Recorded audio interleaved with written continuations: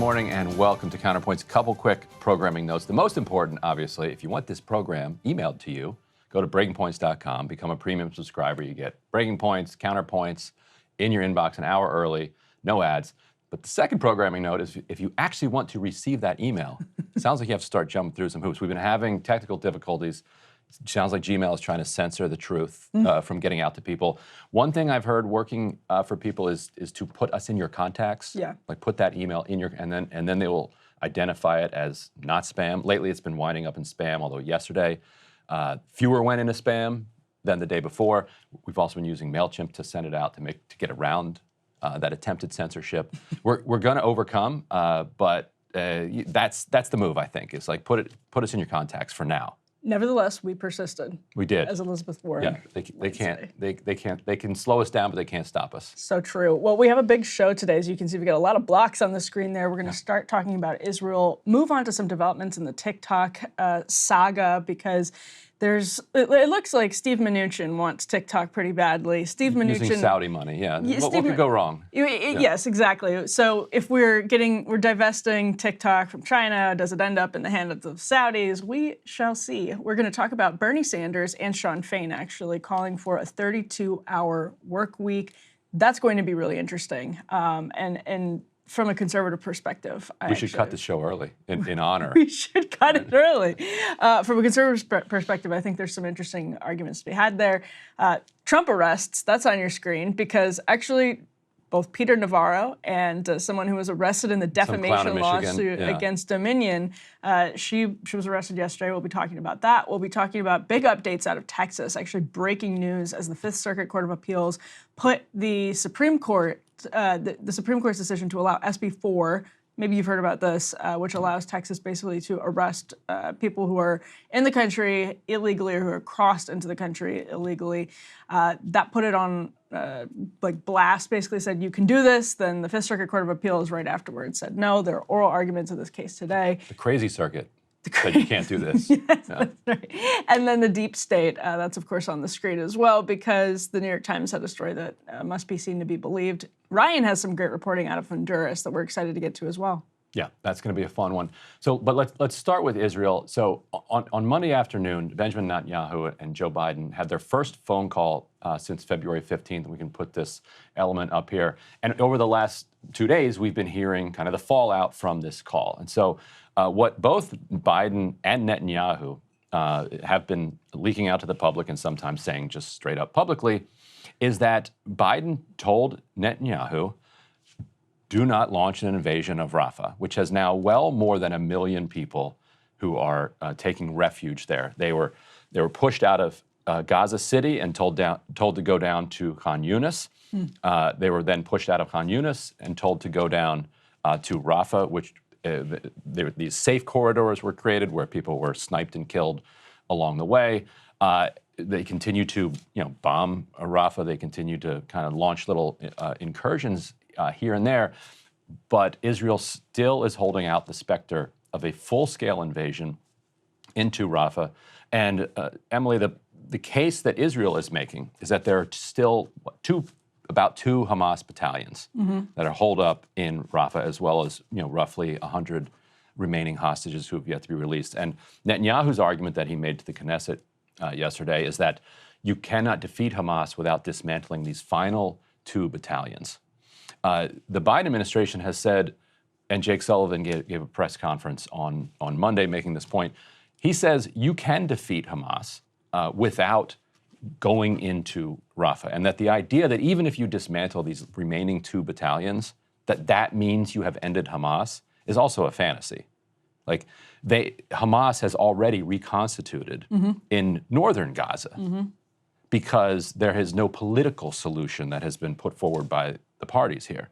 Right. And so just eliminating a couple battalions does not eliminate Hamas. So I think that what's clearly going on here is something different, which is like, why would they be going after Rafah, which is, the city closest to the Egyptian border?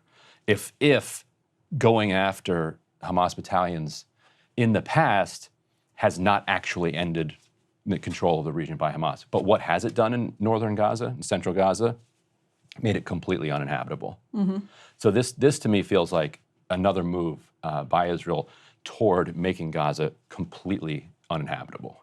Yeah, that's actually an interesting read that we'll get to in a second. We have a clip of Jared Kushner actually kind of getting into that point. But one thing in the NBC News article that was just on the screen, it's interesting. Netanyahu told lawmakers, quote, he had an argument, or we had an argument is how he phrased it, with the Americans. And that, again, Ryan, we've seen some leaks. And I'm curious for your perspective on how you read this, because I know a lot of people on the left have read this as the Biden administration is leaking to places like NBC News to show that they are putting room between them and Netanyahu, that there's all of this space between them and Netanyahu. In this case, it actually seems to be legitimate, that there actually is some huge daylight between the Biden administration's position, which is obviously much more reasonable.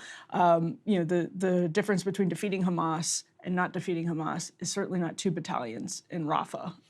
And substantively, where Netanyahu is, that actually seems like in this case, it is absolutely real and not just the sort of window dressing that they're leaking to the press for the case of perception.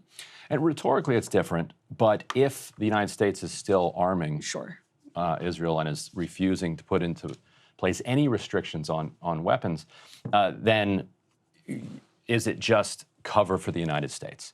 And actually, Lloyd Austin was asked about this specific thing this week at a press conference, saying, you have encouraged Israel many times to let in more humanitarian aid and to reduce civilian casualties. They haven't done so. Why not leverage weapons sales, weapons transfers? And Lloyd Austin just simply said, no, we're not going to do that. Like, Israel has a right to defend itself, and Hamas can lay down its arms at any moment. Like, so the second that there's any pressure applied to the U.S. position, it completely caves. And so you wind up with mere rhetoric. So Netanyahu, I think, can feel confident coming out of that call with the Biden administration, with Biden himself, saying, you know what, we can move forward on this. Vedant Patel, State Department spokesperson, on Monday said Israel cannot go into Rafah. And the AP reporter there, Matt Lee, said, you just said cannot. What do you mean cannot? And he's like, well, it would be very difficult for them just logistically. And Matt Lee says, well, aren't they a sovereign country? And he kind of sort of backed off the use of the word can, because of course they can. But it is an interesting point that Vedant was sort of hinting at, which is, can they? Like, do they have the capacity? What is not talked about much in the U.S. here is that Israel's not doing well in the ground war. Like, they have effectively been able to turn most of Gaza into rubble. But when they have engaged with Hamas in street battles, they have often lost. We see almost daily videos of Israeli tanks getting blown up, of Israeli soldiers going down, getting evacuated. And so the question is, that's happening in these rubble-strewn areas. How do they physically do that in a densely populated area? A city that was like 300,000 people on October 6th is now like almost 1.5 million. Like, how do you even accomplish a street battle there? To that point, 130 hostages. Some 130 hostages remain, and that's been Israel's priority for months. And to have that many hostages remaining is obviously not a sign of a successful military operation. It is a sign of Hamas's continued barbarity, but of a successful military operation, it is not a sign. So they have, and to your point, Hamas has already reconstituted in northern Gaza. Let's put A2 up on the screen, because this investigation from Al Jazeera and the Washington Post, this is from the Washington Post, they did an investigation about what happened to 2 members of an Al Jazeera crew, and Al Jazeera has presented some more evidence about this as well. Drone footage, this is the headline, raises questions about Israeli justification for deadly strike on Gaza journalists. This was in Khan Yunis. 2 members of Al Jazeera's crew, a 27-year-old and a 30-year-old, were killed on January 7th, along with their driver. Then 2 freelance journalists were seriously wounded. They were returning from the scene of an earlier Israeli strike on a building where they had used a drone to capture the aftermath. The Washington Post actually on their website has footage of them operating the drone footage that they were taking.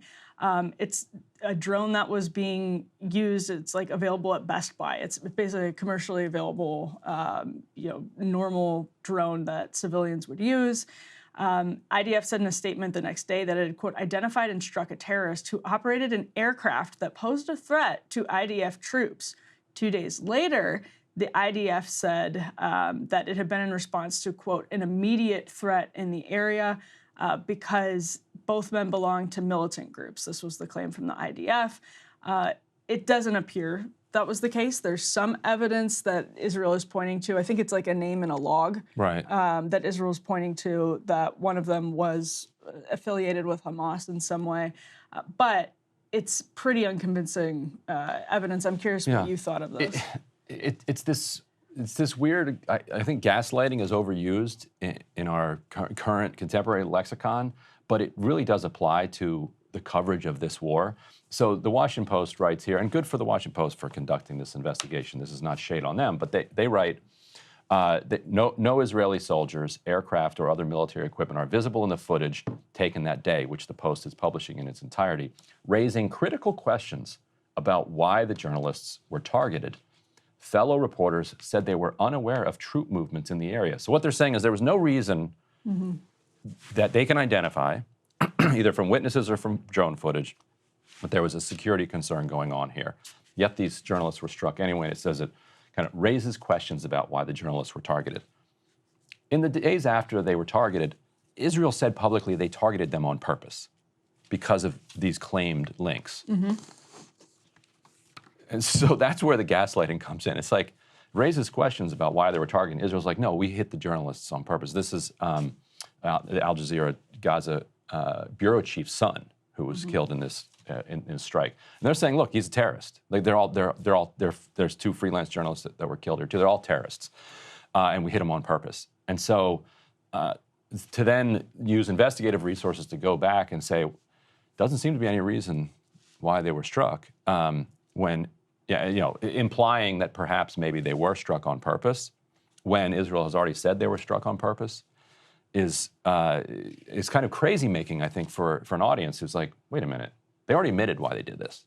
Yeah, they continued to do it day after day after day after day. Right. The first statement said that the aircraft posed a threat to Israeli troops. And again, you can watch the video. It's clearly a drone that you would pick up at Best Buy being operated by and it would be fair to debunk that claim from the IDF, but the IDF's claims always evolve, within, there's the claim in the immediate aftermath of the attack, then there's the claim 6 hours later, then there's the claim the next day, and so they eventually moved away from this, the drone was a threat, to, well, we hit them in a car, because they are terrorists.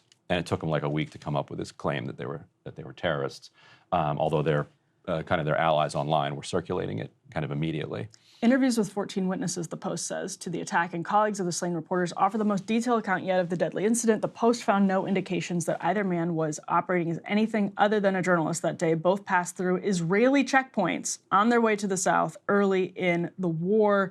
One of them had been approved to leave Gaza, which is rare. You wouldn't give that to someone, as the Post points out, who is a, quote, known militant. The Post asked the IDF a lot of questions about it, and they just replied, quote, we have nothing further to add. Right, and also, setting aside this particular case, in general, Hamas has been the government of Hamas has been the government since 2006 in Gaza. Like, a lot of people are going to have affiliations with the government. Yes. Yeah. Barak Ravid, who's done really impressive reporting, like tons of scoops for Axios. We'll talk about one of his scoops later, was in the reserves in Israel. If Hamas assassinated him, that would not be justified by the fact that he had previously served in the reserves. It's an insane way to think about people, and it's only, I think, made possible by dehumanization. Like, if you don't think about people as the complicated kind of citizens and kind of active members of a community that they are. Israel recently killed, they called it a top Hamas commander, but he was the guy whose job it was to work with the UN and the aid agencies to make sure that there was security around the aid trucks getting into northern Gaza. Israel had previously said that they would not attack the policemen who are trying to keep security in these areas. Those policemen are all, quote unquote, Hamas. Because if Hamas is the government, then anybody working for them is Hamas. And so they killed this guy, found him in a hospital and killed him. And then they announced publicly, we just took out a top Hamas commander. And again, Israel is claiming that they put out a statement and linked to a document, the Post notes. It was dated to June of 2022. It had the military wing of the PIJ, and one of the journalists' names was next to a line item for $224. They mentioned a second document that named the other journalist as a squad deputy commander of the Hamas Gaza City Brigade, but did not make that document public and did not respond to numerous requests to review it. And the Post was unable to confirm any other evidence that they were acting as anything other than journalists when they were killed. Again, the quote from the IDF was that they were flying an aircraft that posed a threat. It was a civilian drone that you could pick up at Best Buy, and they had gone through Israeli security checkpoints. So, Brian, it's just... Right, and they deconflict all the time with... the IDF knows where these journalists are because it's extremely dangerous to go anywhere without the IDF knowing where you are. So that's another thing that has raised so many alarms about so many of these killings of journalists, that they get cleared ahead of time to go to an area and then get killed. It's frustrating it's frustrating, period. But one of the reasons that it's frustrating, from my perspective, the fog of war is a real thing. And obviously, there are going to be, in any war, it's one of the reasons why we should all just generally oppose war. There are going to be civilian casualties, and it is awful. But the consistent situations that come up, whether it's, you could go all the way back to Shireen Akleh, you can find many examples of this. It just is the pattern of shifting stories in these cases is frustrating, because it goes beyond, I think, the fog of war often, and becomes a ham-fisted propaganda strategy that is utterly unconvincing. So on that note... Yeah, speaking of the fog makers, ham-fisted fog makers of war. Right. Eylon Levy has been suspended as the Israeli government spokesperson. This is a fascinating development. We can even touch on some of the conspiracy theories about why this happened, as well as the actual stated reason why it happened. So there was an exchange with a UK member of Parliament that people can find online. It's really fascinating to see the back and forth. But the gist of it was that Eylon Levy was basically just regurgitating talking points that his government has been pushing, for weeks now, basically saying there is no restriction on aid entering into Israel. I mentioned earlier how gaslighting is an overused term, but is appropriate in the coverage of this war, because anybody can see with their eyes that there is a famine going on. The UN is saying 1 million people are starving, and that that hundreds of thousands are on the brink of famine, and in famine, children are dying of malnutrition and starvation. Those are the facts on the ground. And then we're told by the IDF, actually, there's no restrictions whatsoever on aid, and aid can just flow in completely unrestricted. You're like, what? That's insane. So, but most of us, we're just suffering through Twitter like everybody else, and we just watch these lies go through. This member of Parliament had just returned from a trip to the region, and had talked to people at the UN, talked to people involved in aid distribution, and saw Eylon Levy's claim that, hey, aid can just flow right into Gaza, no problem at all. And she said, hey, that doesn't seem true. I was just there. But it's interesting what you're saying. Are you saying that more aid can get in? And he's like, absolutely, test us. If the UK sends another 100 trucks worth of aid, another 100 trucks can get in. And so what she does is she takes his comments, sends them to Cameron, and says, look what the Israeli government is saying. Which is, it's almost funny, because it's taking what the Israeli government spokesperson is saying seriously as the truth, and then trying to apply it as policy, when everybody involved in this knows that this is just kind of propaganda. This is just what people are saying. So she takes this and says, look, look what he says. Then he starts backpedaling and saying, well, we can only do 44 trucks an hour at this one crossing. And so she quickly does the math, and she's like, okay, well, that's many more trucks that are currently getting in. So we appreciate that you have said, 100 more trucks a day can get in, which is a 50% increase over the number you've said. Then he backpedals more and starts talking about how, well, before October 7th, half the trucks getting in were cement that Hamas was using to make tunnels, and gets into this, like, well, what are you talking about? Like, none of this makes any sense. But what point are you trying to make? We're not trying to send in cement right now. We're trying to send in, food and medicine and maternity kits and, like, the basics that people need for survival. And it became essentially an international incident because he was basically caught lying in public, and the people on the ground had to say, well, no, we're actually not going to let in 50% more trucks. Like, it's not going to happen. So they suspend him. That's what happened. But what a lot of people are wondering is, wait a minute, how this is the thing you're going to suspend this guy for? Like, this is the Israeli government's line. Like, they say this to everybody who asks. The fact that it's not true is not new. Like, everybody knew it wasn't true. So why are you coming after him? People have pointed out that Netanyahu's wife, Sarah Netanyahu, who has been convicted of corruption herself in Israel, has always hated this guy.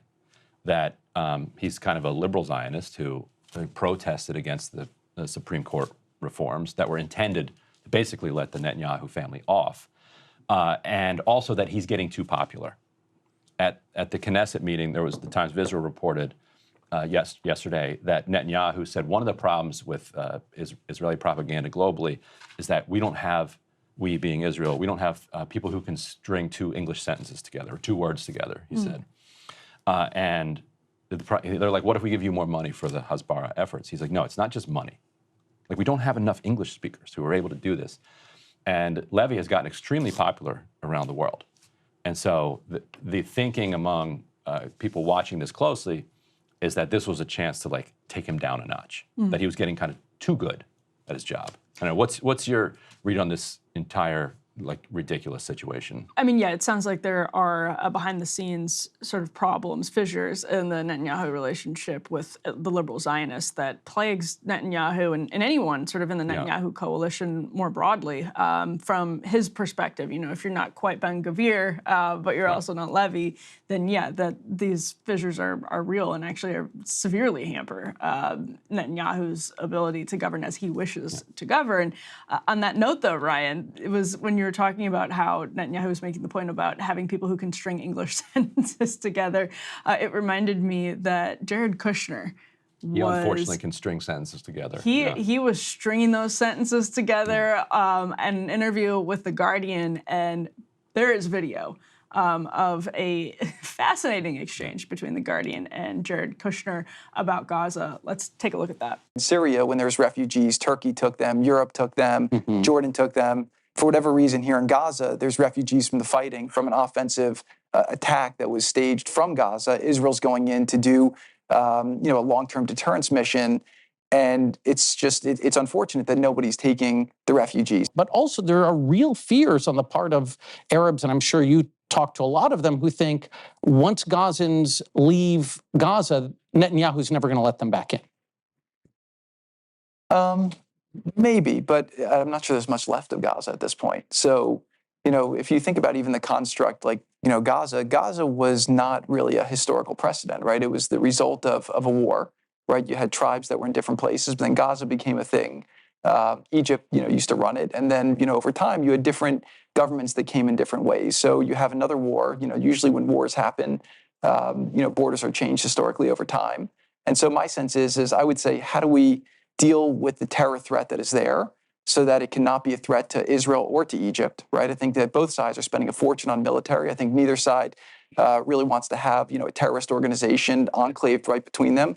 And Gaza's waterfront property, it could be very valuable to, if people would focus on kind of building up livelihoods. You think about all the money that's gone into this tunnel network and into all the munitions. If that would have gone into education or innovation. Biden should recognize the Palestinian Authority unilaterally as a state, and MBS should go to Jerusalem like Egyptian President Anwar Sadat did in 1977, and he should say, I'll normalize with Israel, I'll recognize West Jerusalem as your capital, and I'll even pay to rebuild Gaza if you recognize a Palestinian state with East Jerusalem as its capital. What do you think? Good idea? No, I don't think that's a good idea. I think that there's certain elements of it that are correct. I think proactively recognizing a Palestinian state would essentially be rewarding an act of terror. Waterfront property, he said if the money from the tunnels would have been redirected, I think he said towards education and innovation, but it was in the context actually talking about how you could redevelop Gaza into, quote, very valuable waterfront property. Ryan, what's your reaction to that?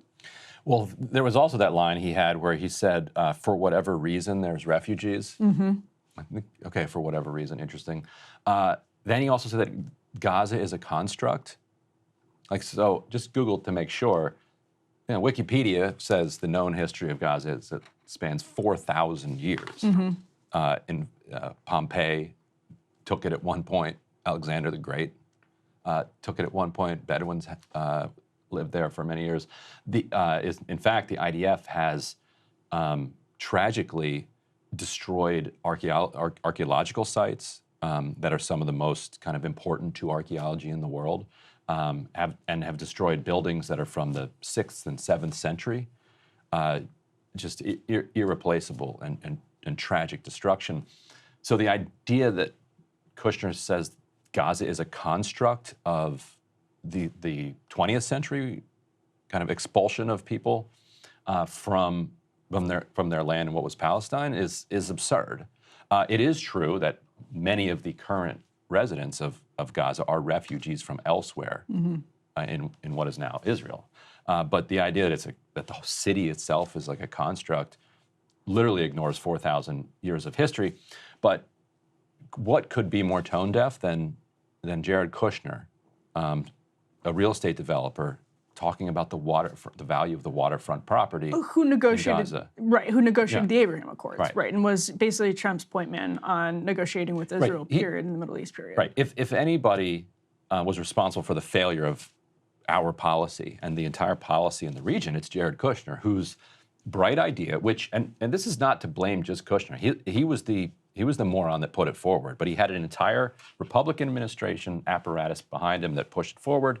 And then he had an entire Democratic administration that adopted the framing of it, which was to say, we are going to normalize relations with all of the Arab countries in the region, leading with Saudi Arabia and the UAE, and we're going to do it by pretending the Palestinian question does not exist anymore, just taking it off the table. I mean, it's kind of an interesting, like, third grade kind of approach to it. It's like, it's a really intractable problem. How do you solve this? And he's like, what if we don't? Hear me out. And the region, and that's why I don't blame him. Like, that's an idiotic thing to say. The real idiots are the ones who are like, this kid's got an idea. Let's just pretend it does. Let's just pretend the problem isn't there. And then we'll sign all of these accords. And Hamas has said that it launched its attack because Saudi Arabia was getting so close to normalizing with Israel and pretending that the Palestinians didn't exist. Now, you can obviously, Hamas has agency, did what it did, you can condemn that. The U.S. has agency, Saudi Arabia has agency, Israel has agency. It was predicted and predictable, what the consequences would be when you say that, oh, there's this intractable problem and let's just ignore it and it'll go away. So the other thing Kushner said, quote, I'm sitting in Miami Beach right now, and I'm looking at the situation and I'm thinking, what would I do if I was there? So another point, just to... If he was in Gaza? If he was in, but he's sitting in Miami Beach, more very valuable waterfront property. But to the point of the interview, by the way, it's stamped with The Guardian, because I think The Guardian was they must have been the first report on this. This was actually not an interview with The Guardian. It was in an interview with the Harvard Middle East Initiative faculty chair. So it wasn't Reported by The Guardian. Reported by quickly. The Guardian, right? Yeah. And they stamped their logo on the video, which is where Good I for got them. thrown off. Yeah. But yes, We'll put our logo on top of theirs. we should, Yeah. yes, we may already have done that. But Ryan, you were at another State Department briefing asking questions. I think this was about UNRWA. Mm-hmm. Yeah, and so this goes to the question of what will Gaza become, when and if there is a day after this war, and it goes to the question of UNRWA funding. And actually, don't want to spoil it. We'll just roll this back and forth with me and State Department spokesperson Bibi Patel. When you originally talked about the allegations against the 12 staff, you had said that UNRWA itself was the one that forwarded those allegations along. You said that you found them credible, but since then, UNRWA itself has said that its staff were tortured by Israel in order to get some of those confessions extracted. Does that change your view of the evidence that was presented by Israel? And if UNRWA was credible enough for you to believe the allegations the first time, is UNRWA credible enough when they make an allegation of torture against its staff?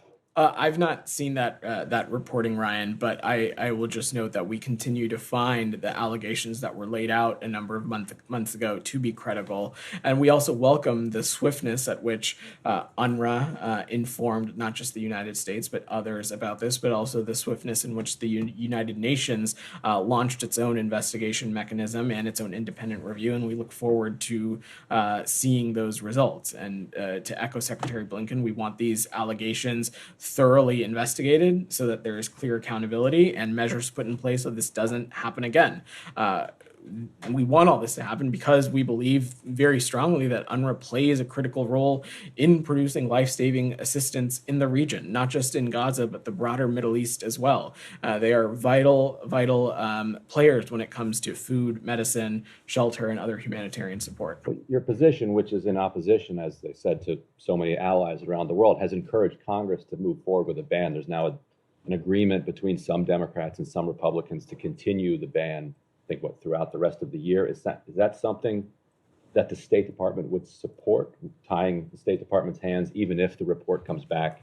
You've heard me talk about this before broadly when it comes to the supplemental bill that is being negotiated in Congress. These are active and ongoing things that are happening, so I'm not going to go down a rabbit hole too much. But broadly, we support the contours of this supplemental bill. So he says, we believe that UNRWA plays an important role in relief efforts, but also we're okay with Congress barring us from restarting funding for it.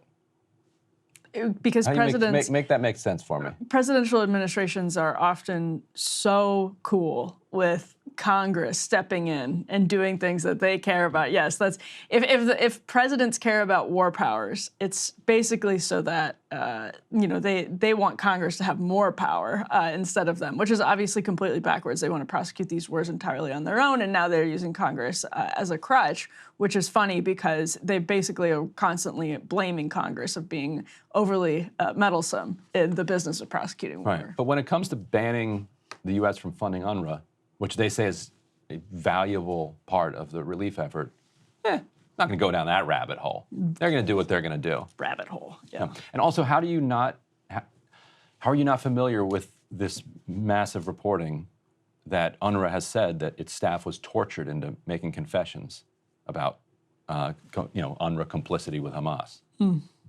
That's a rather important element if you actually are serious about getting to the bottom of this. Yeah, and I'm sure that they enjoy answering your questions in the briefing. I like how it's like. I don't know how much longer I can keep going. It's increased. It seems it's increasingly pointless. It's exhausting. I got to do some self-care after each one of those. The rabbit hole quote was pretty interesting in that one.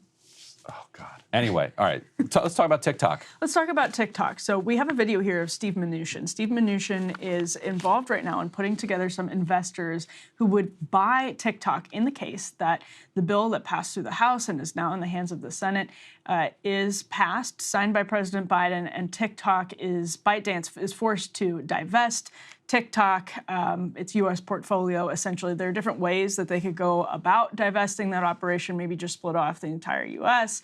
But the forced divestment, say it happens, Steve Mnuchin, he's going to be there, arms open wide, ready with investors to buy TikTok. And there's some interesting questions about where Steve Mnuchin may get that money. Let's start by rolling this clip of Steve Mnuchin talking about the potential deal.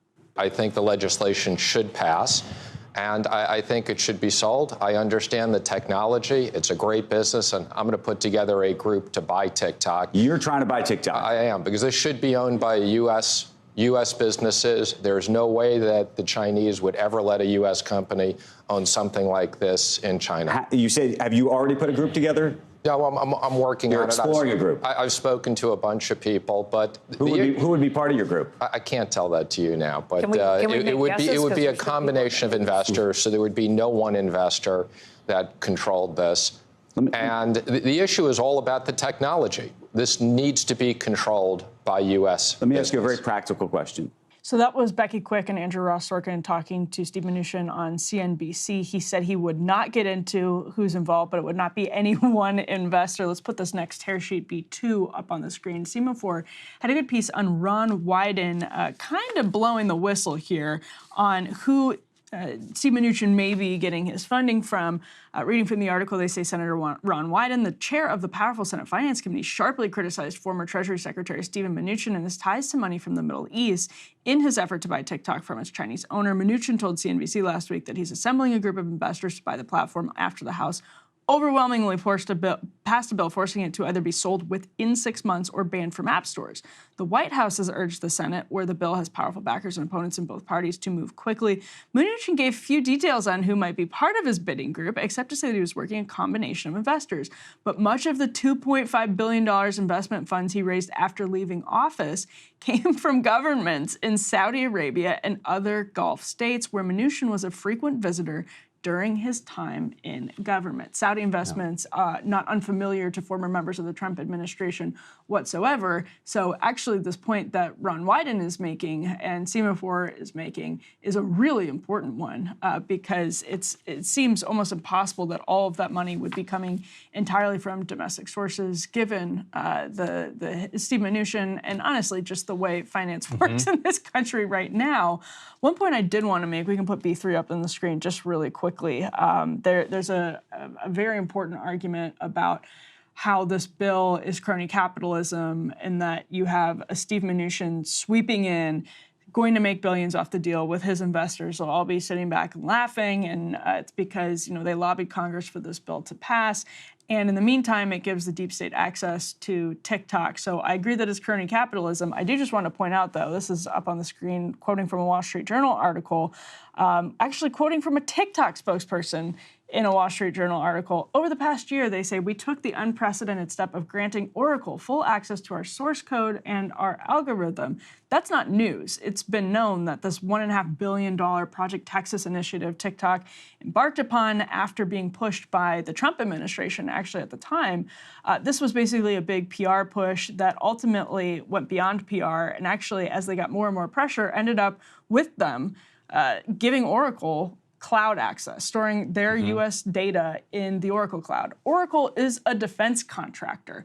So one point just in this big conversation about how the U.S. deep state's going to get access to TikTok data, they want it. That's why suddenly they're sweeping through this bill. Well, I mean, they're sweeping through this bill because they do want it, but they do likely already have access via Oracle to data that they want. Right. It's not just the data they want the control at the root. And so you talked about the Gulf states that have contributed to Mnuchin's fund. There's a Gulf adjacent state that has been in talks with Mnuchin's fund at minimum. That's also relevant here, and that's literally Israel. So we talked earlier about some good reporting that Barak Ravita did. He and Jonathan Swan in 2021 had a scoop for Axios. The headline, Israeli spy chief in talks to join Mnuchin's investment fund. So the head of Mossad, before he retired from his Mossad position, was in talks with Mnuchin to become an investor in Mnuchin's fund. We don't, where was that money coming from? Did that money enter into Mnuchin's fund?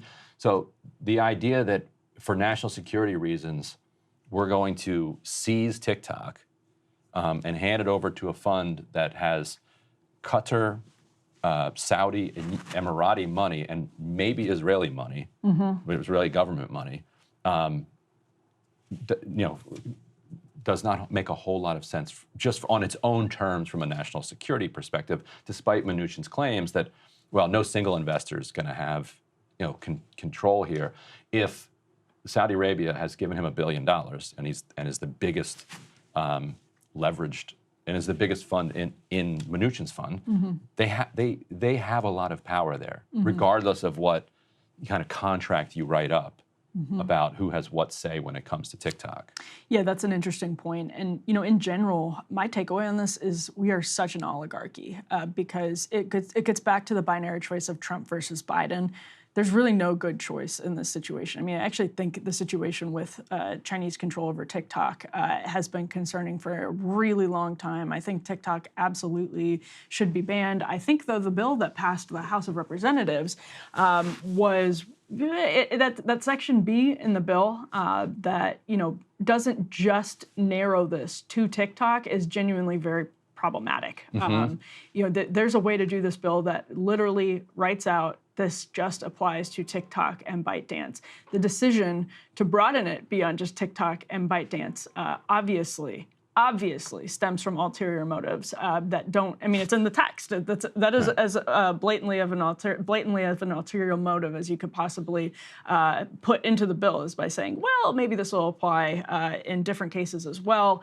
And instead of just actually doing this as the problem crops up, we can put this next. Although, just one point on that, this is where the Supreme Court's bizarre libertarian interpretation of corporation as people comes into play.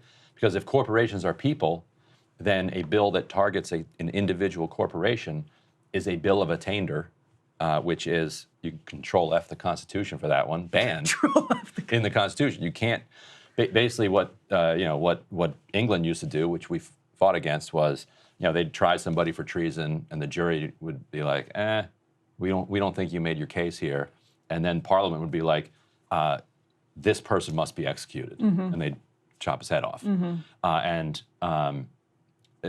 so that was a bill of attainder, which is like going after an individual. And so right there in the Constitution, it says Congress can't do that to individuals. Congress never meant that a company was an individual. But the Supreme Court has, rethought, humanity to include corporations in its definition of people. Which would then require them to say you can't do this. Anyway, go ahead. Yeah, maybe. And so if we put the next element up on the screen here, you can see. So that section that we were just talking about, where it involves companies that have at least 20%. A hostile foreign country has at least 20%. Enemy country has at least 20% stake in an app. Actually, a lot of apps have international headquarters, as Axios points out here. These numbers actually really surprised me, Ryan.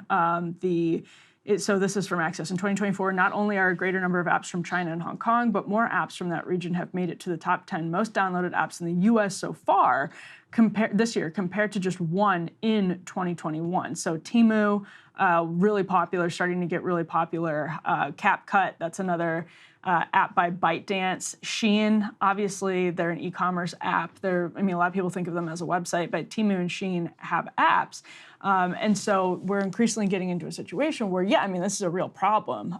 Josh Hawley has been making a really good point about how, American creators, American consumers shouldn't have to be responsive to China at this point, that TikTok is an American industry. If as ByteDance insists, TikTok is truly just an American company. It's based in America. It's for Americans. Ultimately, though, what we know from great reporting in Forbes, Wall Street Journal, and other places is that even with Project Texas, the people who are involved in Project Texas, this big effort to make TikTok more domestic here in the States, they're still getting plenty of requests for the data from Beijing.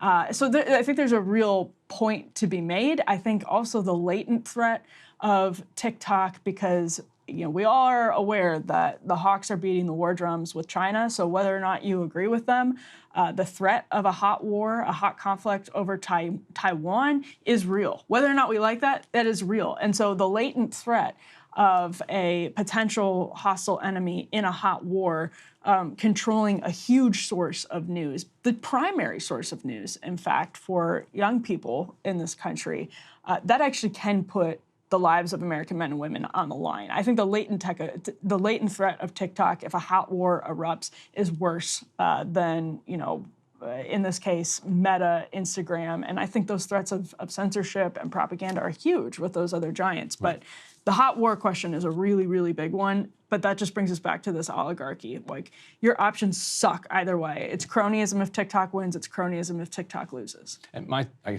solution to the hot war question would be: all right, Oracle already controls their data and their kind of algorithm, or has like direct access to it, and therefore, like, if there is a national security crisis or some kind of war, then your defense contractor already has it. So you don't need to turn it over to Steve Mnuchin, Mohammed bin Salman, and Mossad in the meantime.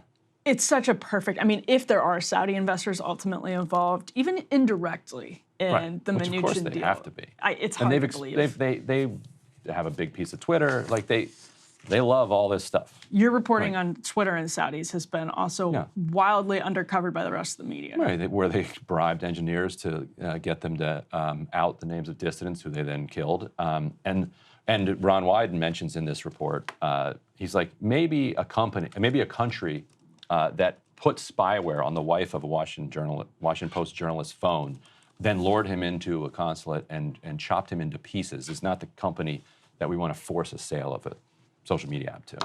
Saker's friend Hassan Minhaj was censored on Netflix in Saudi Arabia for like if we're going to be censorship, good Lord, freaked out. Yes, it's the same thing with the neoconservative position on Saudi Arabia has put them in so many binds over the years that they just laugh and smile their way through on CNBC hits, and here we are. Should we talk Bernie? Let's talk Bernie, because this is such an interesting topic, Ryan. Bernie Sanders and Sean Fain.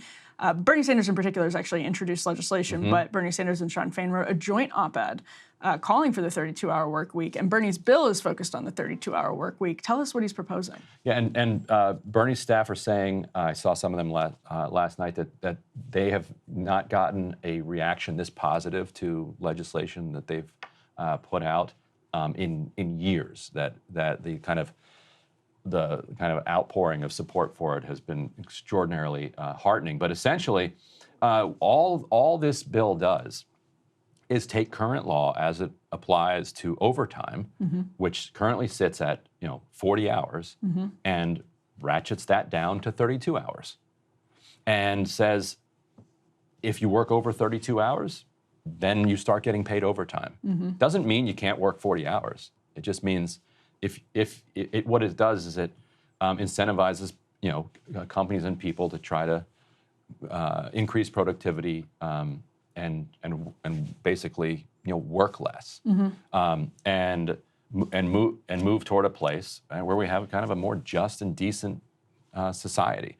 One of the counter arguments, of course, is, well, now you're going to force people into working more jobs, and companies are going to try to automate away hours and try to shrink down the number of hours that people have.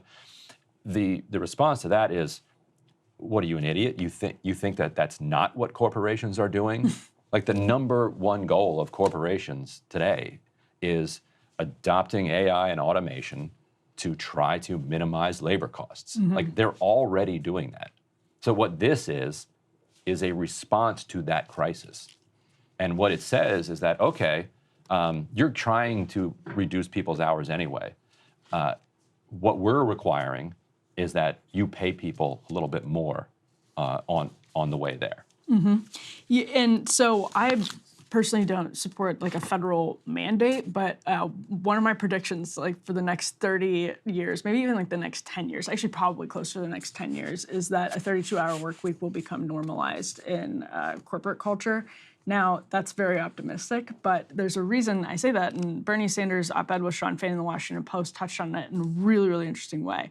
They talk about how the Fair Labor Standards Act was signed into law in 1940. Then they write, unbelievably, 84 years later, despite massive growth in technology and worker productivity, nothing has changed. Let that sink in for a moment. In a 1974 office, there were no computers, email, cell phones, conference calling, or Zoom. In factories and warehouses, there were no robots or sophisticated machinery, no cloud computing. In grocery stores and shops of all kind. There were no checkout counters using barcodes. Think about all the incredible advancements in technology, computers, robotics, artificial intelligence, and the huge increase in worker productivity that has been achieved.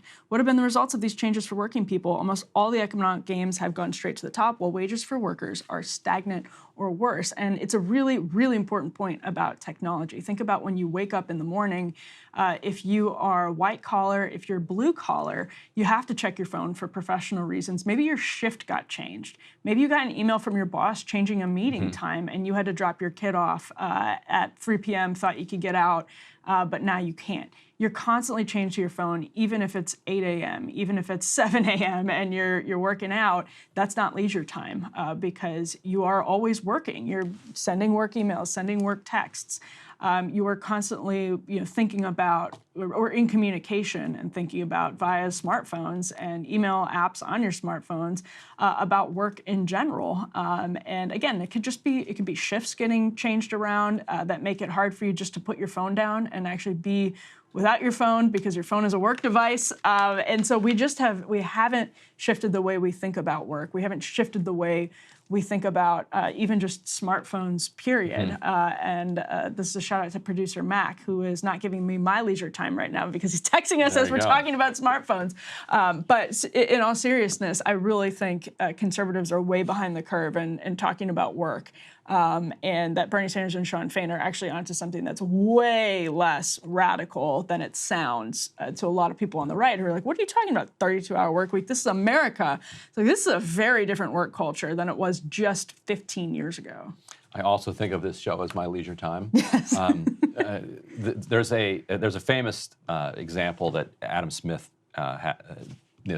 basically the father of modern economics, has, where he talks about a pin factory, like a needle factory. He's like, basically says, like, imagine that you've got, it takes 100 people a week to make 100 pins at this factory.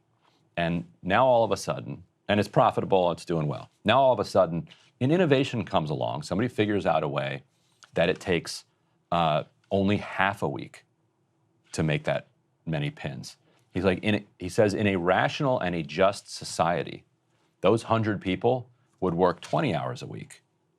And the rest of the time would be spent with their family, with their church group, with their community, playing softball, just enjoying life. We'd have just as many pins, the capitalists would make just as much profit, and the world would just be a better place. Instead, because of the power embedded in the political economy, everybody works the same amount, gets paid the same amount, but all of that surplus value that was created by that innovation gets just seized by the person that owns the factory. And for Smith, who is much more lefty than people give him credit for because they haven't actually read The Wealth of Nations, he was like, that's wrong.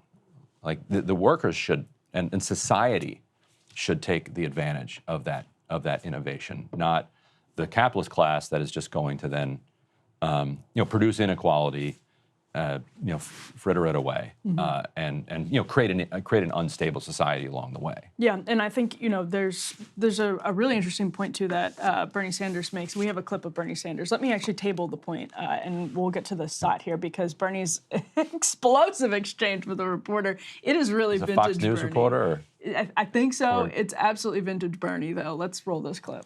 Senator Sanders, can I talk to you about the 32-hour work week? It seems like Fox Business. It seems like Democrats want businesses to be taxed more, pay their workers. Really? Is that what you think? pay their workers. Excuse me. I didn't get to ask a question. Okay, thank you. Senator, you want to hold it? Okay. We held a hearing on a 32-hour work week because what we have seen is that over the last 50 years, despite a huge increase in worker productivity, almost all of the new wealth has gone to the top 1%, while 60% of the people are living paycheck to paycheck. Many of our people are exhausted. We work the longest hours of any people in the industrialized world. I think it's time for a shortened work week. Can I ask you a question about that? It seems like Democrats want businesses to be taxed more, really? pay their workers more, lower prices, and now pay people not to work. You know what I would like to see? How are businesses going to survive that? That's the question. How can businesses survive all of those proposals? When Mr. Bezos pays an effective tax rate lower than the average worker, I think we have a real problem in our tax system. I think that billionaires have got to start paying their fair share of taxes. He's all up in her grill, Ryan. So if you were just listening to that clip, Bernie Sanders is just gesturing wildly. Looks like it's going to turn violent. Yes, it looks like he's about to fight her. Reporter from Class Fox war in the Business. hallway. In the hallway, yes. But really, that's classic Bernie. It is. Yeah, I mean, he doesn't want to hear the nonsense from the Fox Business crowd. But yeah, I mean, he turned straight to the camera. Yeah. That was my other favorite part. Yeah. When she said Fox Business, he rolled his eyes, super exasperated, and just addressed the camera straight down the lens. And people like overtime. Like overtime is the thing that gives you a little bit of breathing room when the company is forced to give you overtime. They don't want to give you overtime. They try to figure out ways to either cheat you out of it or to have enough people on staff that they don't need to get there. So what this does is it would make it easier for workers to get the overtime that they deserve. If a company can't figure out a way to get everything done that it needs done with its workforce working 32 hours a week, then all right, you got to pay them overtime. Well, you just said something interesting, which is what they deserve. And that's where I think actually just we'll be surprised by how quickly, and I could totally be proven wrong on this, it's happened before, but how quickly different corporations adapt after people like Bernie Sanders kind of move the Overton window on this question. They quote in the Washington Post, they say, studies have shown that workers are either equally or more productive during a 4-day work week. One study found that worker productivity rose, with 55% saying their ability at work increased after companies adopted this new schedule. I think that's the important point. There's been a ton of pilot programs of this, and everywhere it's been implemented, the company's been happy and the workers have been happy. Yeah. So give it a shot. Now, we also wanted to play this fun CNBC clip since we already got Fox Business in there. We can't neglect their ally in the class war. Great clip recently from CNBC talking about the presidential election. Let's roll this one.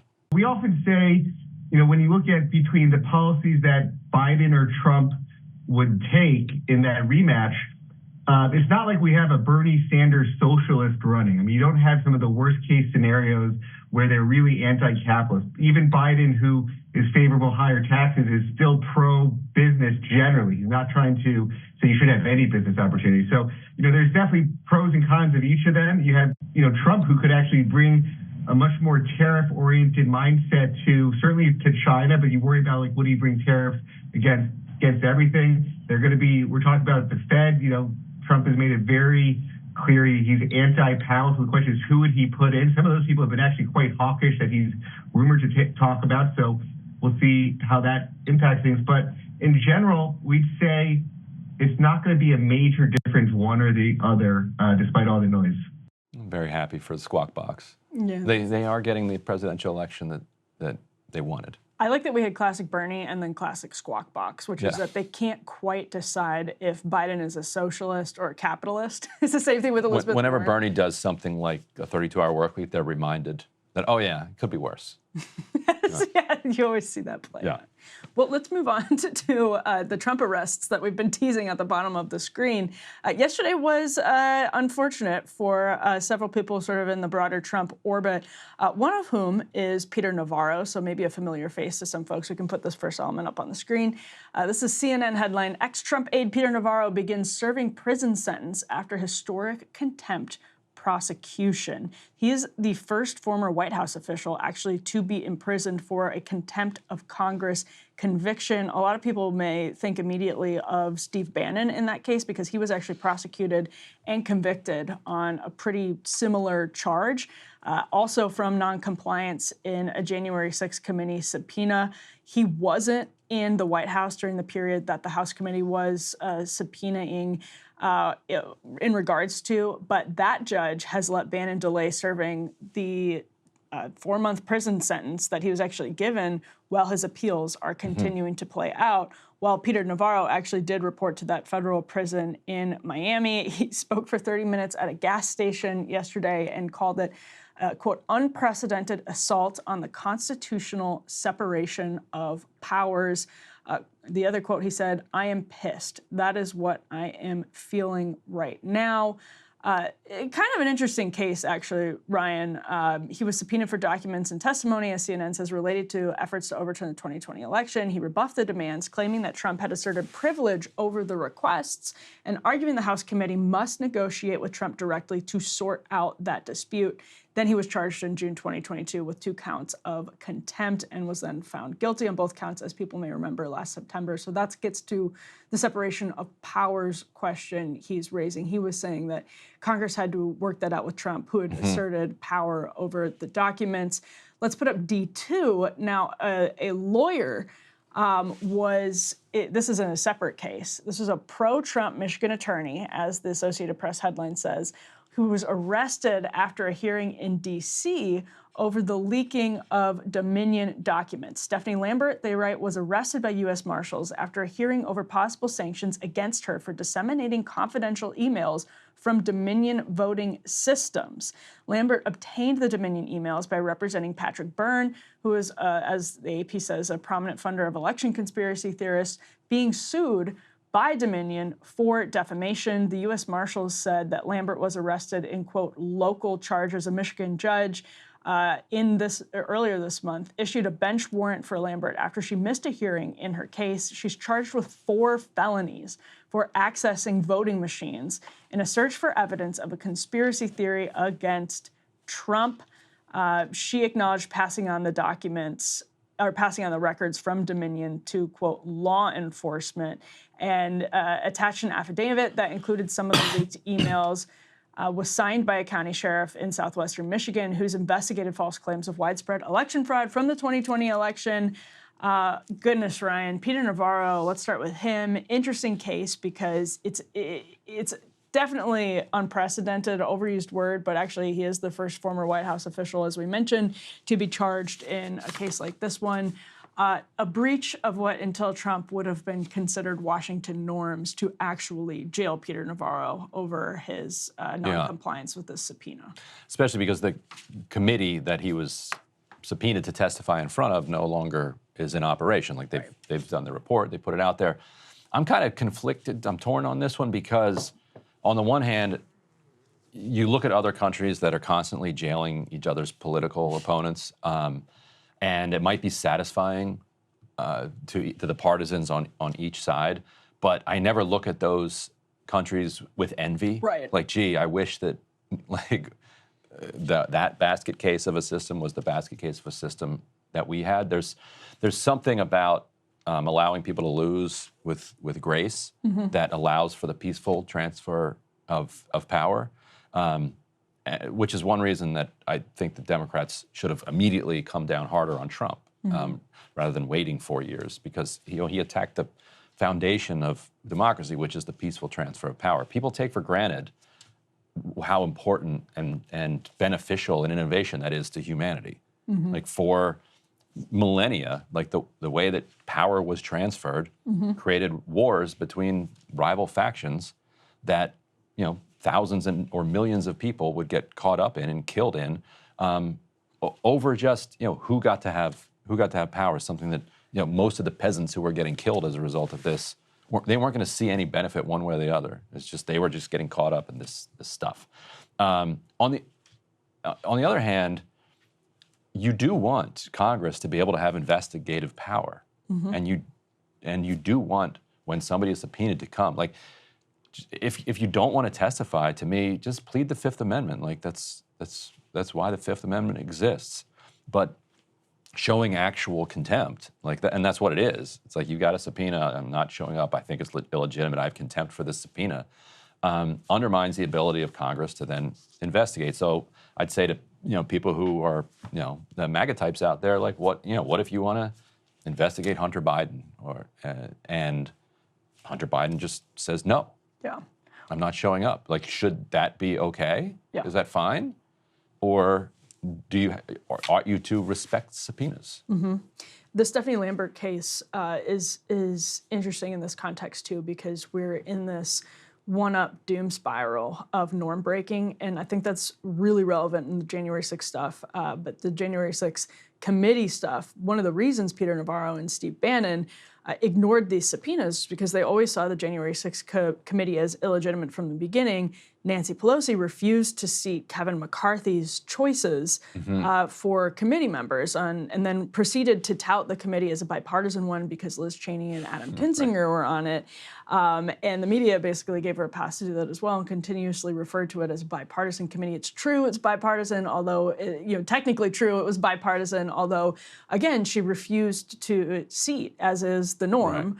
The picks by the Speaker, or by Kevin McCarthy at the time, not the Speaker of the House yet, I don't believe, but that's why Bannon and Navarro refused. And the January 6th committee's hearings were, again, produced by a former ABC guy and very much not designed to obtain the truth, but to obtain what one side of the narrative determines as the truth. There weren't a lot of cross-examinations of people like Cassidy Hutchinson, who now appears very clearly to have spewed mistruths. And they were making a cool documentary. Exactly. True crime. Exactly. Yeah. It was true crime, and almost explicitly, intentionally true crime, made for TV documentary. So that's where this comes from. And we're about to have the same thing happen with elections. I don't know if you saw this. Katie Porter apologized to the Pod Bros, the Pod Save America Bros, for using rigged. the word rigged. But then she argued that because it took away from her point, which is that it is rigged. Which was but not rigged in the sense that election officials aren't counting the votes accurately. That's what she was saying. Right. And AOC recently talked about essentially how corporations buy elections. And the contention, and Trump did not make this point elegantly, he did not make this point well at all, and he made different points. He flirted way too much with the Dominion voting stuff, but Trump allies have been very clearly making the point that Mark Zuckerberg basically bought the 2020 election. Mark Zuckerberg and some other billionaires basically bought the 2020 election per Molly Ball's Time article about how a cabal of well-funded elites. How they subsidized like some absentee voting and stuff. Right. Like that's that. right. Yeah. So like poured a bunch of money into Dem districts. And again, that's not the definition of rigged that everybody uses. A lot of people use the definition to mean like Dominion stuff, which is absolutely a conspiracy theory and insane, ridiculous nonsense. And it is not true. But it is kind of getting to this point where terrifying, as you said before, when you look at other countries that are constantly jailing political opponents and constantly having elections that people aren't comfortable with, that people question and don't have faith in. We took that for granted for a really long time, and we're in a doom spiral right now where public faith in elections, I only see it eroding over time, not going back in a better direction. Well, Stephanie Lambert's defense is kind of funny. She argues, so she basically is getting locked up for getting access to Dominion emails under an NDA and under the secrecy of a lawsuit that she's involved in, and then leaking those, breaking the NDA and leaking those. What she says is that she discovered evidence of a crime that Dominion had committed, and her argument was, if she found a severed head in discovery, that of course she would have to then call the authorities and say, hey, there's a severed head here in this evidence box, and it doesn't appear that anybody has told anybody about it. So, okay.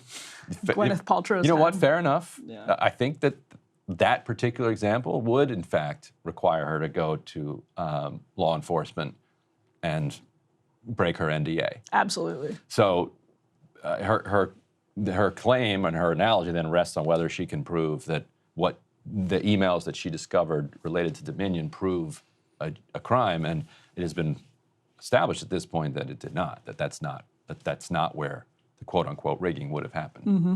Yeah, absolutely. Let's move on to Texas. Big news, actually, in a story that was big news yesterday. There was continuous big news when the Fifth Circuit Court of Appeals weighed in. So let's start with E1. This is a tear sheet from NBC News. Supreme Court allows Texas to enforce immigration law. That law in question is SB 4, which stands for Senate Bill 4. It allows Texas, basically this is a new law, it gives local police the power to arrest migrants. The 3 liberal justices dissented in this case. They rejected an emergency request by the Biden administration that said states do not have authority to legislate on immigration. It is solely a federal government issue. That's also what was actually at issue in a case that we talked about just a few weeks ago of the enforcement of border laws. Texas is trying to put up different types of barriers in the Rio Grande, in sections of the border. That is really similar. It's basically a clash over federalism and state versus federal powers. This is really similar. The law, as NBC News said in that first tear sheet, can go into effect while litigation continues in lower courts. It could still be blocked at a later date. Well, funny enough, Ryan, after Ken Paxton, we can put E2 up on the screen. He's the Attorney General of Texas. He said, huge win. Texas has defeated the Biden administration and ACLU's emergency motions at the Supreme Court. Our immigration law, SB4, is now in effect. As always, it's my honor to defend Texas and its sovereignty and to lead us to victory in court. Well, that victory was short-lived. We could put the next tear sheet up on the screen. This is E3, because then the Fifth Circuit Court of Appeals weighed in to put that immigration law back on hold. There are arguments in court on this law actually today, Ryan. So it's an evolving situation and reminds me a lot of what happened in Arizona with then Governor Jan Brewer when she passed, I think it was called SB 1070. And I think this was back around like 2011 during the Obama administration. These questions over state powers, federal powers when it comes to enforcing immigration laws. At the time, the Obama-Biden administration and now the Biden-Harris administration maintains basically that states cannot take these actions to crack down on illegal immigration. And that's, again, at issue here in the SB4 controversy. Yeah, and so Mexico responded to this ruling from the Supreme Court yesterday by saying that they're going to enter a friend of the court memo and they also said publicly, we're not dealing with Texas as a sovereign government. Like Texas is not negotiating with Mexico as a country. Like just like Mexican states would not be able to negotiate with the United States. And so they said they will not coordinate with Texas on deportations and otherwise. They're like, get out of here. Like our partner, and Mexico said, our partner that we deal with is the United States of America. We're not doing immigration with every individual state. Because it raises questions over like how Texas plans to enforce this, how Texas is going to go about figuring out, who it believes is in the country legally or illegally. Is Texas going to create its own laws around this issue? Are they going to actually respect American laws? Like if somebody has a deferral of prosecution from some type of parole situation with the federal government, does Texas honor that? Does Texas say that anybody with a green card doesn't count? Does Texas only allow for full-on citizens to count? Or what if Texas decides that actually naturalized citizens don't count and only kind of native-born citizens count? Like, what would stop Texas from passing laws to that effect if they can just do their own immigration policy? And those are the reasons, for instance, that the three liberal Supreme Court justices said that this would just create complete and total chaos if it was allowed to take effect, and which is why they argued that it should be stayed on an emergency basis. The fact that the Fifth Circuit, which is made up of strong conservatives, as you would generously call them, kooks as I would call them, Thank you for your generosity. Also said that this has to be stayed pending these arguments, goes to how huge a kind of break that this would represent. Because what if New York decides to start doing its own sanctuary cities are exactly this. Well, sanctuary cities are the opposite, which are saying we're not touching immigration law. Well, it's saying that we're not allowing you to enforce it, right? Well, I mean, if they can't stop, they cannot actually stop like a raid from happening in their city. What they can do is they can say, if we arrest somebody, we're not doing your immigration work for you. We're not going to check their immigration status, and we're not going to turn them over if we discover. But it doesn't actually stop immigration authorities from like going into, say, Philadelphia. Sure, but if illegal immigration is a crime, they're not enforcing laws against the crime. That's part of the sanctuary city. But states generally enforce state laws and not federal laws. Sure, like that's sure. Yeah. But I mean, there are plenty of state statutes that are violated by people, whatever it is, fake Social Security cards, whatever, and the sanctuary cities just say we're not complying with immigration authorities. And I think it's interesting because actually, to this point, the Constitution is not clear on this question. And Ken Paxton, in his statement after the Supreme Court initially ruled, said the Constitution is clear. Texas has the sovereign authority to defend its borders from cartels, et cetera. And this is where Texas Republicans and Republicans in general favor the invasion language, because they think that makes the constitutional powers to enforce immigration more clear.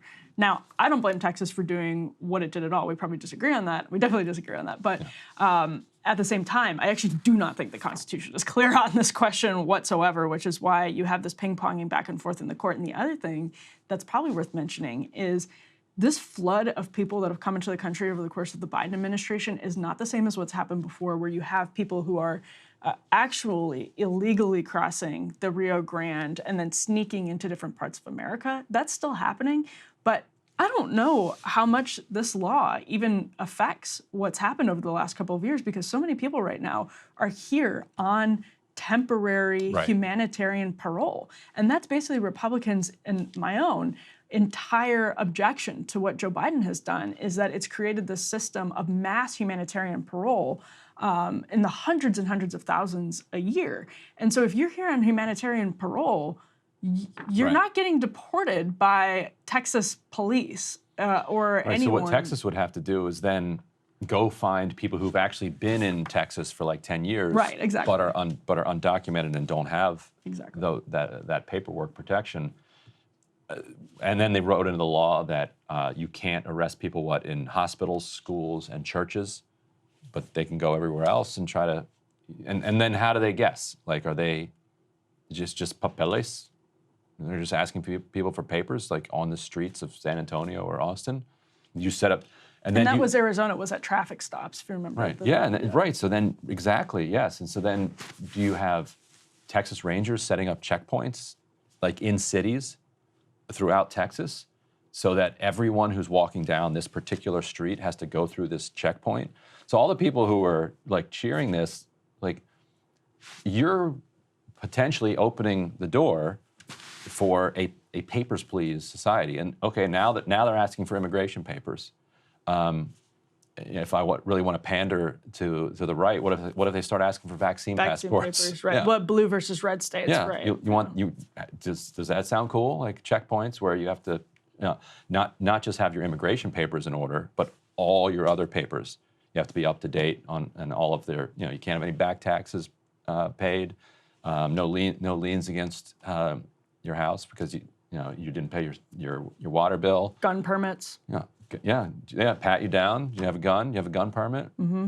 Yeah, no, I mean, I think it goes back to what we were talking about in the block about Trump arrests being on the cusp of careening down the slippery slope oligarchical doom spiral, where everyone in power is just constantly one-upping each other in response to what they perceive as a norm breach. Like, well, we're going to just keep breaching norms until we get to that point. Now, I genuinely, again, I don't think the Constitution is clear. I think Texas is in a very real dilemma where the Biden administration's policy has radically transformed Texas, has created in those border cities serious safety concerns, serious public health concerns, serious welfare concerns, and the literal welfare of these communities, like El Paso, where you have people in tragic circumstances sleeping on the streets in dirty conditions, not enough to eat, these uncertain futures. And it's a real problem for Texas, and Texas should be able to try to take steps to disincentivize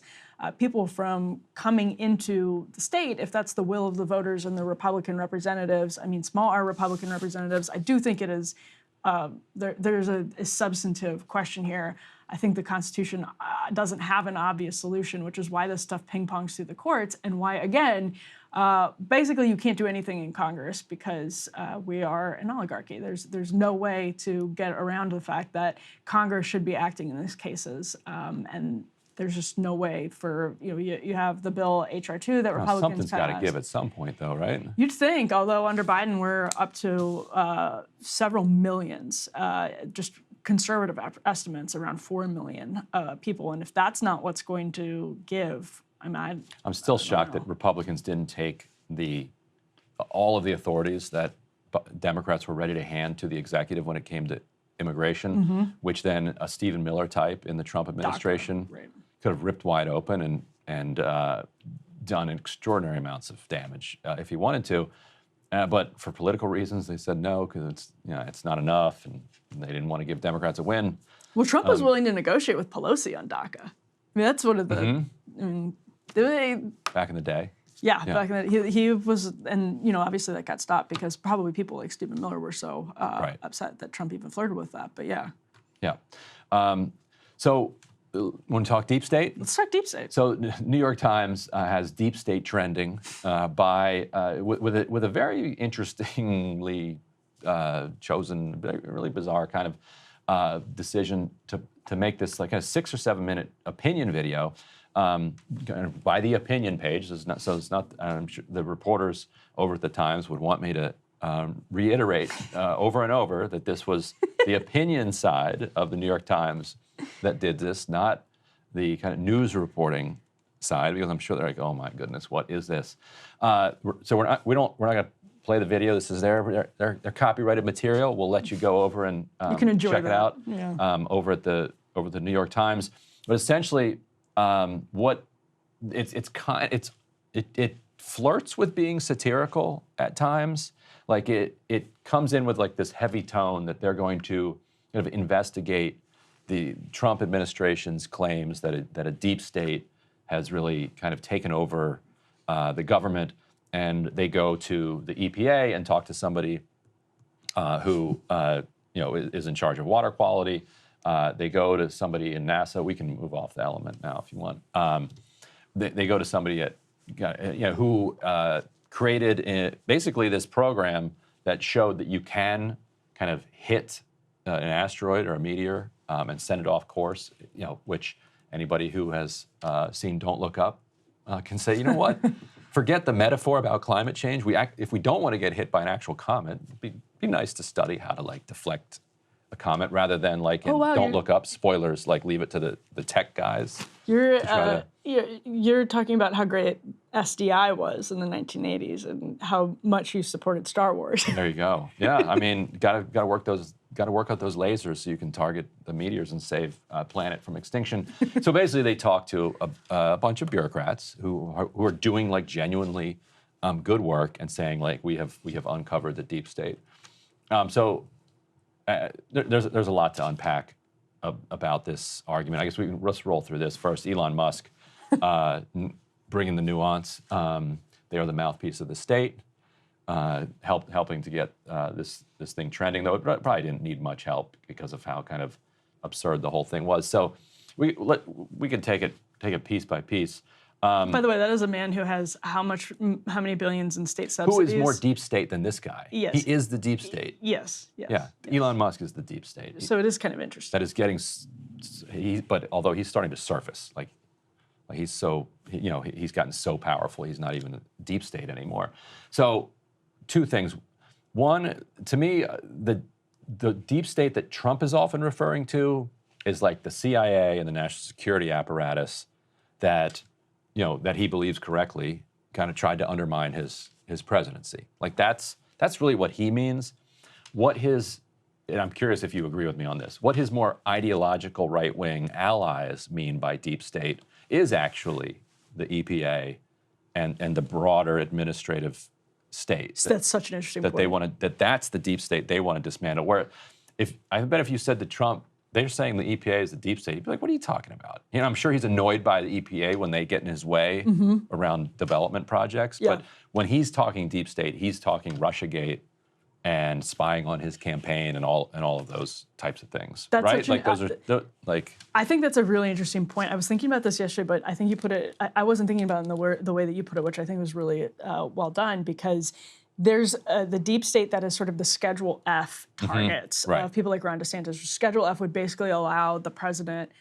But I love this proposal. I love Schedule F. I think it's great. In the New York Times video. They warn about Schedule F, which would basically allow the administration to root out a bunch of civil servants without kind of the kind of worker protections that have been built up over time. Right, and the idea in conservative circles is that basically at vast bureaucratic institutions like the EPA, for example, any given president really doesn't have control over his own executive agencies. So like the EPA actually, thanks to Richard Nixon, falls under executive powers, meaning you are the one, the president is the one who's technically in charge of these bureaus. They say with the vast growth at some of these organizations, Department of Labor, et cetera, they are not really under the president's executive purview, constitutional purview, because they're so powerful on their own. This is being litigated in the Chevron case that's going through the Supreme Court right now, which will be huge news when it's decided around June. But basically, executive powers is the question of Schedule F. And so, yes, when some people say deep state, I think they do really mean things like the EPA, whatever. When I say it, I typically only mean the national security apparatus, but I think the word, to your point, has been used interchangeably, which allowed the New York Times to sort of construct this giant straw man about how, gosh, what is the quote from this video that's so good? There's one quote that I particularly love from the video about how, you're right, it is kind of like, it's kind of tongue-in-cheek and then also kind of not tongue-in-cheek. You know, like they tried to like sort of be very clever about it. While you're looking for it, I'll make the point that I think that what a lot of Trump's allies are doing is weaponizing his and his supporters' hostility to the national security deep state in their unrelated attack on the rest of the government. Right. Like their real goal is to get rid of the EPA and the NLRB and Department of Labor, Department of Education. They want to get rid of. They've always wanted to get rid of all this CFPB. Whereas most of, I think, Trump's base, like the CFPB, like if you tell them what the CFPB does, it's like the place that you can go to complain if you get ripped off by a corporation, and they're going to like, they've paid back billions of dollars to Americans and go after fraud, engaged in by corporations, or the FTC breaking up monopolies and stopping mergers that would be harmful to consumers, workers, environment, et cetera. Like most of Trump's base, I bet, is like, no, that's a good thing. Like Hawley and other kind of MAGA senators, new right people, new right folks, are totally into that element, but the kind of corporate wing is not at all into what Lina Khan is up to, and would love to kind of make her collateral damage of an attack on the deep state. Yeah, it's interesting. The quote unquote deep state in the national security sense. Yeah, I mean, again, like I'm hardly a libertarian or part of the corporate wing of the conservative sphere, but I think, there's this argument, especially, I actually wrote a piece a couple years ago called like the culture, something like the war on energy is part of the culture war, something like that. I don't remember exactly what the headline was, but basically from a conservative perspective, the EPA, various regulations that come out of the EPA, which is actually what's on the docket in the Chevron case, what's at issue in the Chevron case that's going through the Supreme Courts right now about how these agencies can act on their own versus, through various other exercises of constitutional power, whether it's from Congress or the President of the United States. That's, sort of what you have is unelected people in Washington, D.C. through some of these agencies making decisions that should be made on a state or local level or should be made by the president themselves or under the authority of the president themselves. And technically they are acting under the authority of the president themselves, but the question of whether that power has become overly broad is a very real one. And it does, there are corporations that really love these executive agencies because they feel like they have the revolving door power and can bend them to their will. And so if you disempower the agencies, consolidate some of them, like I wouldn't fully get rid of the Department of Education, which has been a goal of the conservative movement for many, many years, but dramatically shrink it down. I think that would give teachers' unions less power. It certainly would give teachers' unions less power, but it would empower them more on the local level.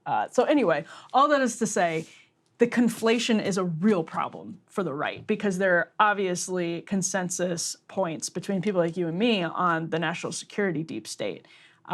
Those are not consensus points at all on the broader executive power question. And there's an interesting unchallenged assumption in the New York Times video where they keep saying that these government people are doing this good work for you.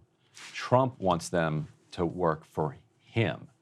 Yeah. But the unchallenged assumption there is that the president doesn't work for the people.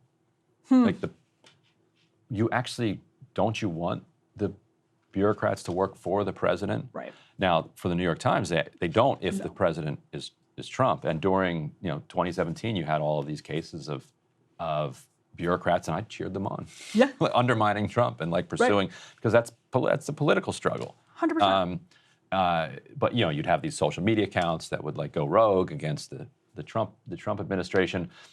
But if you think about it from a shoe on the other foot perspective, let's say a Bernie Sanders, pre-Gaza gets elected president, and he has an agenda, a radical agenda that he wants to accomplish, and a bunch of the bureaucrats don't like his agenda and work to sabotage it, I would be outraged. Like, no, I didn't elect you. I elected Bernie to implement this agenda, implement his agenda. Yes. So I get so the Times has an interesting kind of contradiction there that they need to work out. Yeah, their quote is, when we hear deep state, instead of recoiling, we should rally. We should think about the workers, otherwise known as our public servants, that everyday superheroes who wake up ready to dedicate their careers and their lives to serving us. These are the Americans we employ. Even though their work is often invisible, it makes their lives better.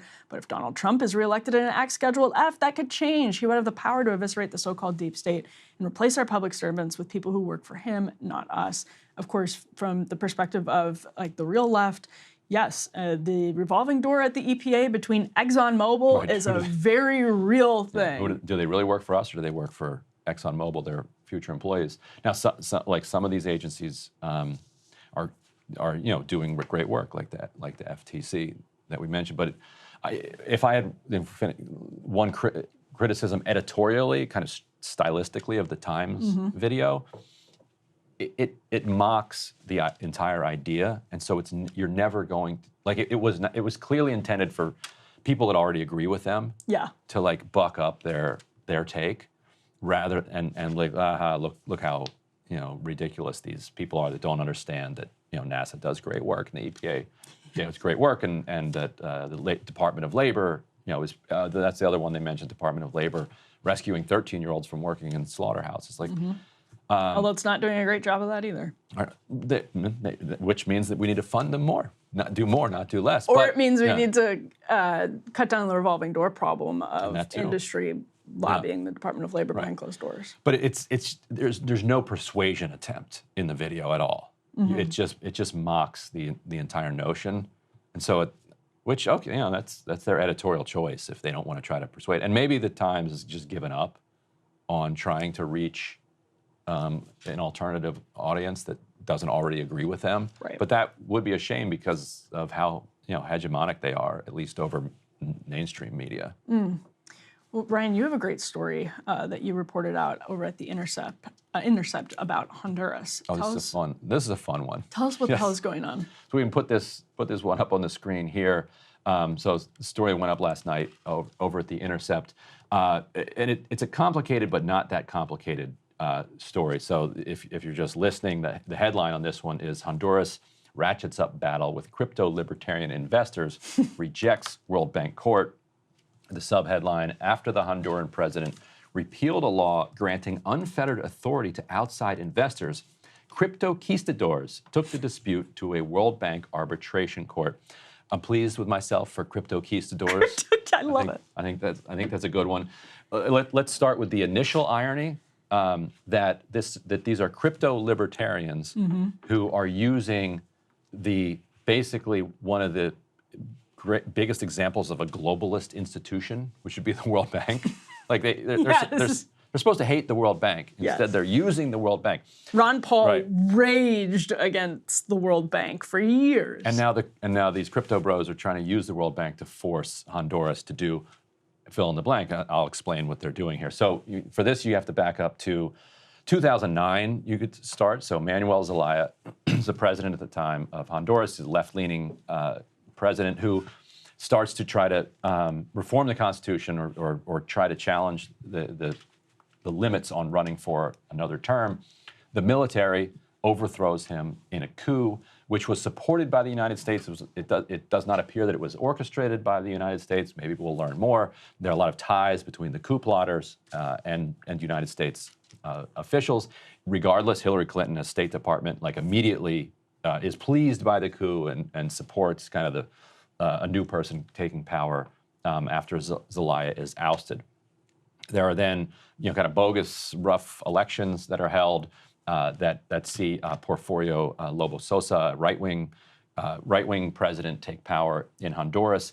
He immediately moves to undo all of the worker protections and the land reform and the other kind of left-wing social policy that Zelaya was putting into place.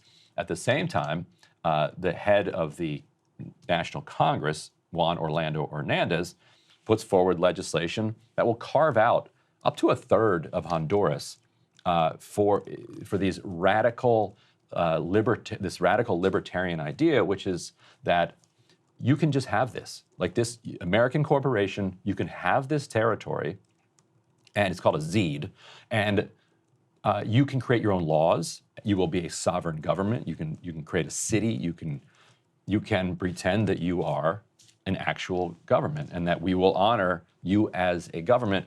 And they do all sorts of insane things, like based on the amount of property you own is how many votes you get in the election. It's like how libertarian you can get rid of pedophilia laws. Like it's like a libertarian kind of fever dream.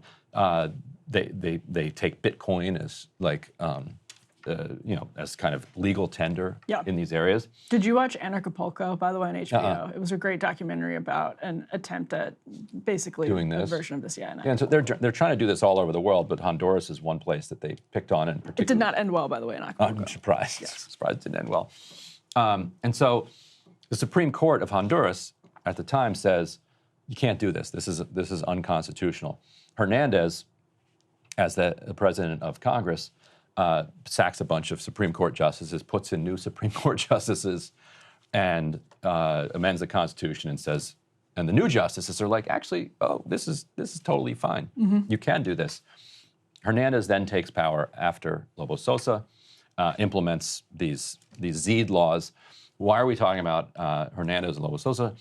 His brother, Tony Hernandez, who was a congressman, was a well-known narco trafficker, who U.S. federal prosecutors later said was moving monumental amounts of cocaine. Now, and also that he was funding the campaigns of the past two presidents, his brother and the one before him.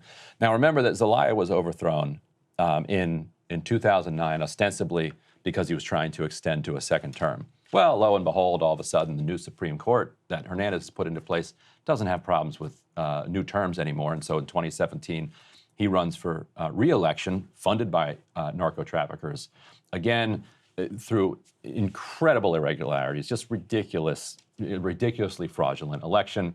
He claims victory, and the Trump administration quickly recognizes him and says, "This is our man. Hernandez is president, going to continue to be." This is while America knows that he's deeply tied at the hip with drug traffickers. So he finally leaves office in 2021. And by then, he's lost usefulness to the United States. So along with his brother, the president is himself arrested and indicted, and earlier this month, convicted of being a narco trafficker. So the Hernandez brothers are currently sitting in American prisons. Meanwhile, Xiomara Castro, who is the wife of Zelaya, wins in the 2021 presidential election legitimately on kind of a left-wing platform that she's going to fight back against this narco corruption. She's going to roll back these kind of right-wing policies, and she's going to bring in Zelaya's agenda of land reform, of worker rights. And she promises that she's going to kick these crypto bros out of the country, that this is obscene. We're not turning our country over to these guys. So she very quickly passes through the National Congress a repeal of these laws. If there was sovereignty and democracy in Honduras, if that's what we respected, that would be the end of it. Be like, hey, yeah, your coup government handed over a bunch of the country to you, but now your coup government is in prison, a federal prison in the U.S., so you lose. Pack up and go home. No, of course, that's not how it goes. So crypto crowd goes to the World Bank, which has, through the Central American Free Trade Agreement, had set up this obscure court that is part of this theme that developed over the last few decades called basically investor settlement dispute resolutions, so that you take sovereignty out of the question, and you have like the World Bank or the WTO or some other global financial institution sets up an arbitration court, and if a corporation has a problem with a government, they take it to that court rather than having to go through Honduran courts. The idea being that these governments are so corrupt they can't be trusted, but the actual idea being that the corporations can corrupt the global financial institutions and win judgments there, that they can then get an American court to enforce, and then they can start seizing Honduran property all over the world. So the response from Xiomara Castro was, you know what? We're leaving this World Bank court. We're not playing this game. We're out of here. And so she did that last week. I spoke to the commissioner that she has appointed to oppose these crypto bros. He said that the World Bank court has acceded to its request to leave. I reached out to the crypto folks for comment. They said it's unconstitutional. She can't just walk away from this court. The Honduran government tells me no, like that's not at all what the policy is. It takes Congress to reach a treaty, but you can walk away from this court. Like the treaty allows a mechanism for you to walk away. What I think will still happen is they'll continue this case. It might even win an arbitration ruling, in absentia, and then they'll start enforcing this judgment against Honduran assets all over the world, exacerbating the problem for the economic problems for Honduras. The crypto dudes are suing for $11 billion. I think you can Google this, but I think the Honduran national government's annual budget is something like $7 billion. The GDP of Honduras is like $30 billion. The context, of course, is that this has led to a surge in migrants coming to the northern border as the narco traffickers took control in the wake of this kind of U.S.-supported coup and attempt to turn it into some libertarian paradise. This is such an incredible story. The narcos, by the way, that have been tried in court by the U.S., part of their defense has been that they were on really friendly terms with the U.S. government. This is one of the paragraphs I love in your story. Yeah. The U.S. had no evident problem with that freewheeling narco state while Hernandez was in office and remained useful, yet once Castro took power in a backlash to the U.S.-fueled corruption, the United States suddenly rediscovered its respect for the rule of law and the sanctity of contracts with U.S. investors. Unfortunately, probably going to see something similar play out in Haiti in the days and weeks to come. This is a very interesting story in the ongoing saga of the marriage between crypto and power. Yeah, it's similar to kind of how the internet started, not even how the internet started, but how the internet kind of took off in the 90s and the aughts as the sort of jungle, the wild, wild west in a great way. A lot of Americans saw this as like the frontier, and then quickly it was captured by powerful interests. Silicon Valley used to see themselves as the cowboys, and some of them still do, like Jeff Bezos and his dumb cowboy hat. But you have seen the marriage between people like Elon Musk, as we were talking about earlier, talking about how the New York Times is the mouthpiece of the state. Well, Elon Musk is tied at the hip to the state. Right. It's happening with freedom crypto. requires an authoritarian government, it turns out. So now crypto, and again, Ron unaccountable. Ron Paul was right about the World Bank, by the way. I think we've talked about that before. But the marriage of crypto and power, the marriage of crypto and the World Bank, that's seems to be a pretty interesting statement on the direction of crypto. It sure is. And I can wrap by saying that the going to comment for this company Prospera, which is the one that is suing for $11 billion, was one of the more interesting kind of exchanges I've had. So I reached out to the communications department for the company, and they wrote back, and I can send these to producers and we can put them up. They wrote back and said, you'll be hearing from the office of the technical secretary. And I'm like, oh, so they're really going with this whole we're a government thing. And so then I hear from Jorge Colindres, and his signature says technical secretary. Republic of Honduras. But then under it, it says... Republic of Honduras. Yeah, Republic of Honduras. Then underneath it says manager, general service provider. Like this interesting blend of public and private. And he says, Dear Ryan, attached you will find my office's statement on the unconstitutional withdrawal from ICSID by the Honduran government. And then attaches this letter, which has... I'll give this to producers too. It's got seals on it. It's got like government signatures. It really like is saying that it is a government. And they say in the beginning of the statement, Prospera Zed is a local government and special economic zone of the Republic of Honduras.